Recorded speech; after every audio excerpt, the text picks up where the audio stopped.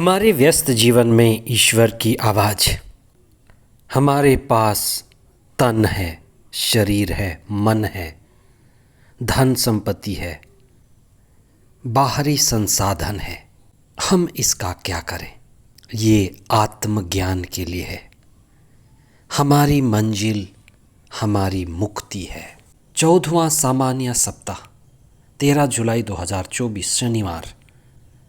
पहला पाठ नबी ईसायास का ग्रंथ अध्याय 6 पद संख्याएं 1 से 8 तक और संत मत्ती का सुसमाचार अध्याय 10 पद संख्याएं 24 से 33 तक। हमारे शरीर को भोजन चाहिए, लेकिन पूरा जीवन हम भोजन इकट्ठा करते रह जाएं तो ये समझदारी नहीं है। हमें कहीं पहुंचना है, इसलिए हमें कार चाहिए, कार में पेट्रोल चाहिए, लेकिन सारा धन पेट्रोल में ही लगा देना समझदारी नहीं है। शरीर और मन हमारे साधन और संसाधन हैं। हम आत्मा हैं। हमें आत्मा की खोज करनी है और मुक्ति पाना है।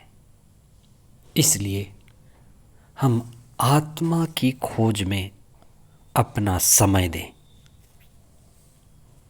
कई बार भयंकर कार एक्सीडेंट होता है और कई लोग जो कार में सवार होते हैं बाल बाल बच जाते हैं, जबकि कार बुरी तरह से क्षतिग्रस्त हो जाती है। तब लोग कहते हैं ईश्वर को धन्यवाद कि लोगों की जान बच गई, कार तो क्षतिग्रस्त हो गई। कई बार घर में आग लग जाती है, घर जल कर राख हो जाता है, लेकिन लोग बच जाते हैं। तब लोग कहते हैं कि घर तो जल गई, कोई बात नहीं, लेकिन लोग सुरक्षित बच गए। कार से ज़्यादा कार चालक और कार में सवार लोग महत्वपूर्ण हैं। व्यक्ति महत्वपूर्ण है, जीवन महत्वपूर्ण है, जिंदगी महत्वपूर्ण है। घर तो जलकर राख हो जाता है, लेकिन लोग बच जाते हैं। कई बार हम कार में, शरीर में बहुत ज़्यादा समय लगा देते हैं।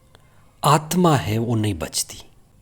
इसीलिए प्रभु कहते हैं कि मनुष्य को क्या लाभ यदि वह सारा संसार कमा ले लेकिन अपनी आत्मा गंवा दे।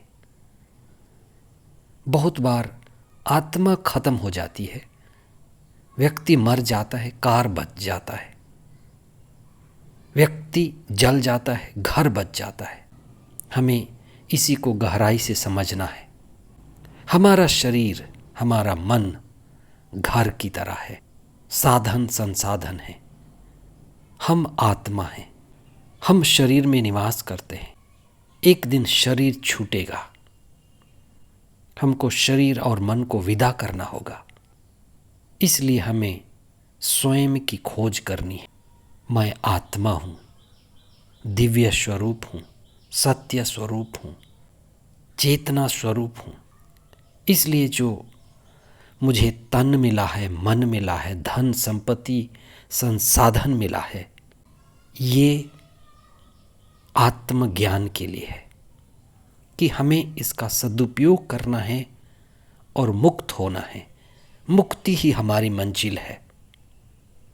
धर्म वही, धार्मिकता वही जो हमें मुक्त कर दे। मुक्ति का, चेतना, आत्मा का संबंध पूर्णता से है। हम इस जीवन में पूर्णता की ओर बढ़ें। जैसे नबी ईसायास ईश्वर के द्वारा बुलाए गए, शुद्ध किए गए। मैं तो अशुद्ध लोगों के बीच रहता हूँ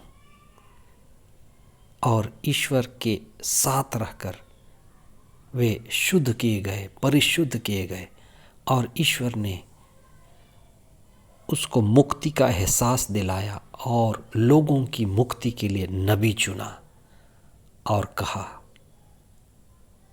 कि मैं तुम्हें लोगों के बीच भेजूंगा। और स्वयं नबी कहता है, प्रभु मुझे भेज। हम मुक्ति के लिए आए हैं, मुक्ति पाकर के जीना है, मुक्ति की ओर गति करें। आमीन।